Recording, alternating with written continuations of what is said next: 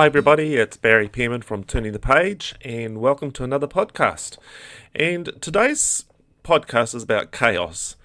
And when chaos comes, or when we become aware of the mess we're in, we have choices to make. We can charge at it, retreat from it, or we can engage in the mystery. All the nicely laid out plans, have been turned upside down. You know what it's like. Got some great plans, but something happens and it just turns into mess. I had a recipe for life, and now all the measurements and the list of ingredients had all fallen off the page. It was a mess. Chaos. The question is what to do next, and the word chaos comes from the Greek word khaos, which is Khaos, denoting a gaping void or chasm. And you've been there, I'm sure. To varying degrees, we've all faced messy times when life was disordered, seemingly out of control, messy. It could be a relationship breakup, illness, job loss, hurting family member or friend, really anything that shakes your life to the core. There is also just the daily chaos that you walk in. Nothing is ever straight forward. There are always challenges, obstacles, and areas of confusion. You want to move forward, but you just don't know how.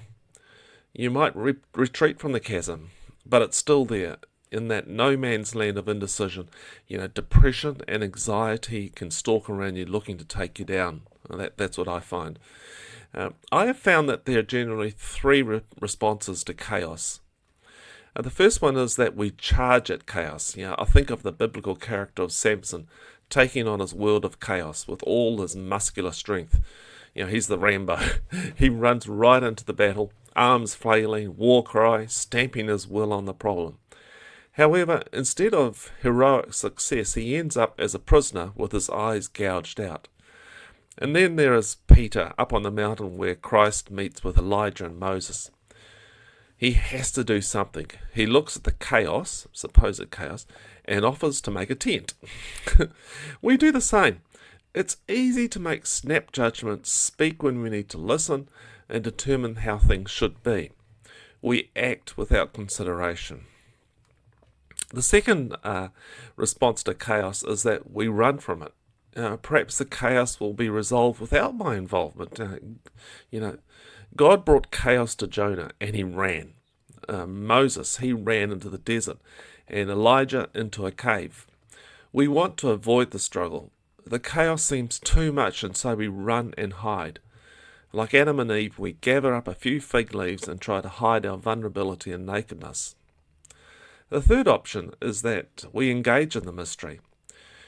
All of their characters above had to come to a place where they engaged in the mystery of the chaos.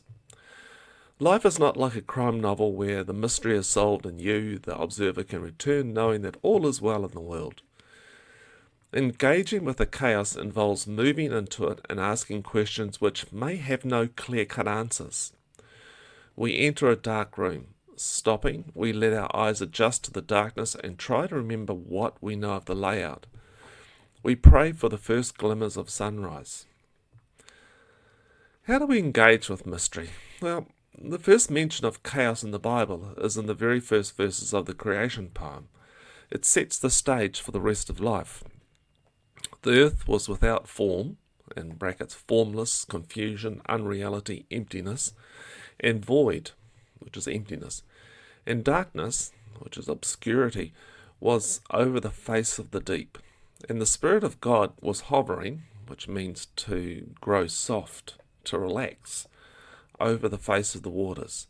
So over that place of chaos and mystery, God was in a place of softness, relaxed with what was going on. No stressing out. God's invite to us is to become relaxed with mystery and chaos, knowing that something good can creatively come out of it. We then speak and ask for light to appear. And God said, "Let there be light," and there was light. We speak questions into this chaos, knowing full well that there may be no clear-cut answers. Then we listen for the whispers of truth to guide our stumbling. We pray for light to be spoken into the darkness, a glimmer that we can hold on to. Mystery and chaos do not have to be feared. In the chaos, there is an invite to trust. Here's some quotes to consider. Here's a couple from Larry Crabb. I want to be part of a church that neither reduces mystery to formulas to get what I want, nor describes a Christian life in such lofty, abstract terms that I stay lost in the fog. I want my church to help me identify the categories I can live in and reflect on as I decide how to navigate my way through life. As I make the 1,000 decisions that life requires me to make every day and handle its 1,000 challenges. He goes on, masculinity begins to grow when a man asks questions for which he knows there are no answers. No man can escape the sphere of mystery. If he lives in a relationship and has any desire at all for the relationship to work, he will face unsolvable confusion. If a man is to be fully a man, he must learn what it means to move in darkness, and that will require to admit, I don't know what to do. With a despair so real, no recipe will help. He continues, am I willing to move into the mystery of relationship with another human being, renouncing all efforts to control the outcome? And the Jewish community has a unique expression to describe this creator. He who spoke and the world came into being. He is a God who uses language to establish relationship. He does not retreat from darkness and chaos, rather he speaks into it. And after his creative activity, he keeps the Sabbath.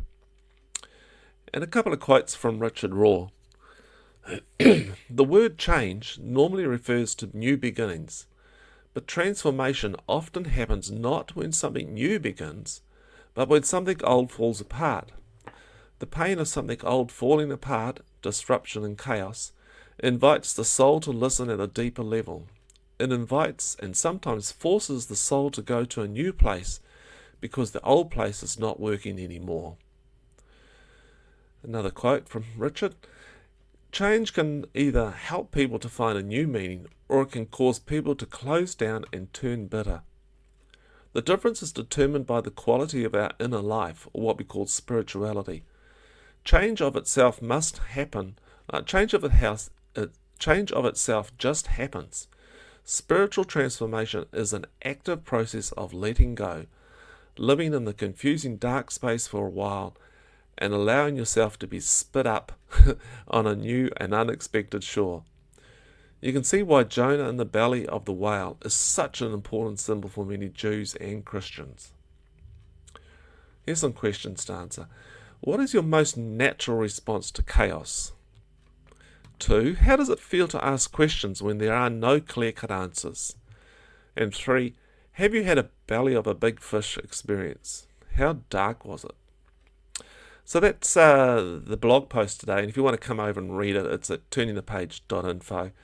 And I'd encourage you to, become a part of our community. You might have noticed, actually, my voice is a bit croaky today. I woke up with a terribly sore throat. So, sorry about that. But if you'd like to become part of my Turning the Page community and support what we're doing here, that would just be so wonderful. And you can do it for like $1 a month on Patreon, or there's other ways too. So it's turningthepage.info/support. And just a big thank you for listening, and I look forward to being in contact with you next week. Send us an email too if you like. It's Barry at turningthepage.info.